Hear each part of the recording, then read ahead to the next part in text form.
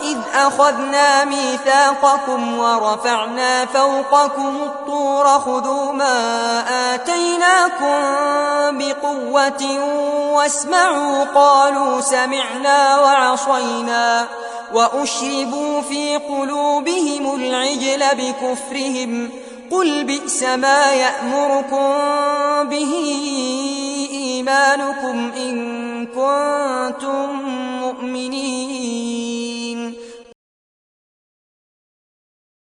اور جب ہم نے تم سے عہد لیا اور طور کو تم پر بلند کیا اور کہا کہ جو ہم نے تمہیں دیا ہے اسے مضبوطی سے پکڑو اور سنو، تو انہوں نے کہا ہم نے سنا اور نافرمانی کی، اور ان کے دلوں میں بچھڑا ان کے کفر کی وجہ سے بس گیا۔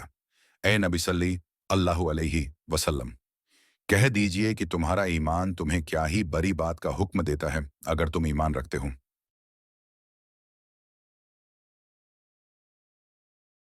یہ آیت اس وقت کا واقعہ بیان کرتی ہے جب اللہ تعالیٰ نے بنی اسرائیل سے عہد لیا اور کوہ طور کو ان پر بلند کیا تاکہ وہ اللہ کے احکامات کو مضبوطی سے تھامیں۔ اللہ نے ان سے وعدہ لیا کہ وہ تورات کی تعلیمات پر عمل کریں گے، مگر انہوں نے کہا ہم نے سنا اور نافرمانی کی اور اپنے دلوں میں بچھڑے کی محبت کو بسا لیا۔ یہ واقعہ ان کی نافرمانی اور اللہ کی نافرمانی کی انتہا کو ظاہر کرتا ہے۔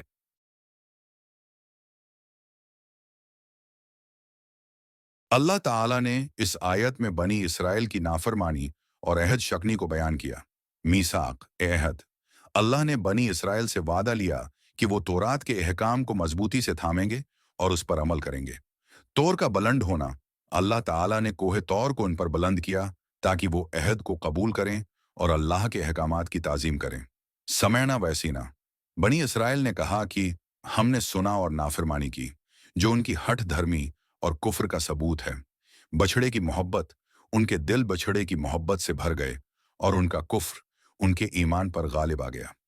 ایمان کے دعوے کی حقیقت، اللہ نے ان کے ایمان کے جھوٹے دعوے کو بے نقاب کرتے ہوئے فرمایا کہ ان کا ایمان انہیں نافرمانی کا حکم دیتا ہے۔ یہ آیت ہمیں یہ بتاتی ہے کہ ایمان کا دعویٰ کرنے کے ساتھ اللہ کی اطاعت بھی ضروری ہے، ورنہ ایمان کا دعویٰ بے معنی ہو جاتا ہے۔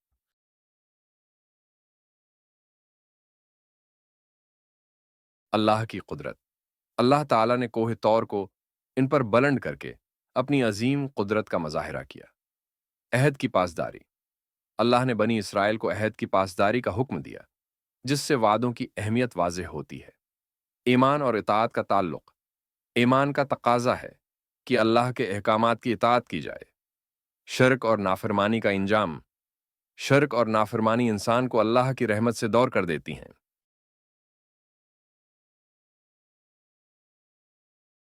اللہ نے بنی اسرائیل سے عہد لیا، کوہ طور کا بلند ہونا، بنی اسرائیل کا نافرمانی کا رویہ، دلوں میں بچھڑے کی محبت کا بس جانا، ایمان اور اطاعت کا لازمی تعلق۔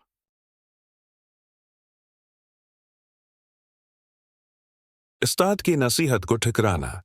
جیسے ایک طالب علم استاد کی نصیحت کو سن کر نظر انداز کر دے اور اپنی مرضی پر چلے، بنی اسرائیل نے بھی اللہ کی نصیحت کو چھوڑا۔ والدین کا وعدہ توڑنا۔ جیسے اولاد والدین سے وعدہ کرے مگر بعد میں ان کی باتوں کو ماننے سے انکار کر دے، بنی اسرائیل نے بھی اللہ کے ساتھ کیا ہوا عہد توڑ دیا۔ دوست سے عہد شکنی۔ جیسے کوئی دوست وعدہ کر کے بعد میں وعدہ پورا نہ کرے اور اپنی خواہشات میں گم ہو جائے، بنی اسرائیل نے بھی اللہ کے ساتھ وعدہ کر کے بچھڑے کی پوجا شروع کر دی۔ قانون کی خلاف ورزی۔ جیسے کوئی شخص قانون کا احترام کرے مگر اپنے فائدے کے لیے قانون توڑ دے، بنی اسرائیل نے بھی اللہ کے احکام کو نظر انداز کیا۔ پختہ عہد کے باوجود نافرمانی۔ جیسے کوئی شخص اہم موقع پر وعدہ کرے مگر بعد میں اس سے پھر جائے، بنی اسرائیل نے بھی اللہ کے واضح احکام کے بعد نافرمانی کی۔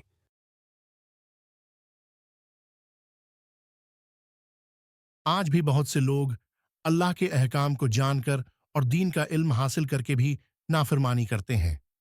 ہم میں سے بہت سے لوگ ایمان کا دعوی تو کرتے ہیں مگر اپنی خواہشات کی پیروی میں اللہ کے احکامات کو نظر انداز کر دیتے ہیں۔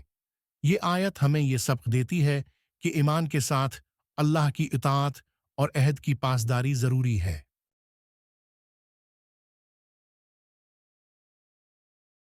اللہ کے ساتھ کیے گئے وعدوں کی پاسداری کریں۔ ایمان کے ساتھ اللہ کے احکامات کی اطاعت بھی ضروری ہے۔ دلوں میں اللہ کی محبت کو بٹھائیں اور شرک سے بچیں۔ دنیاوی خواہشات کے لیے دین کو نظر انداز نہ کریں۔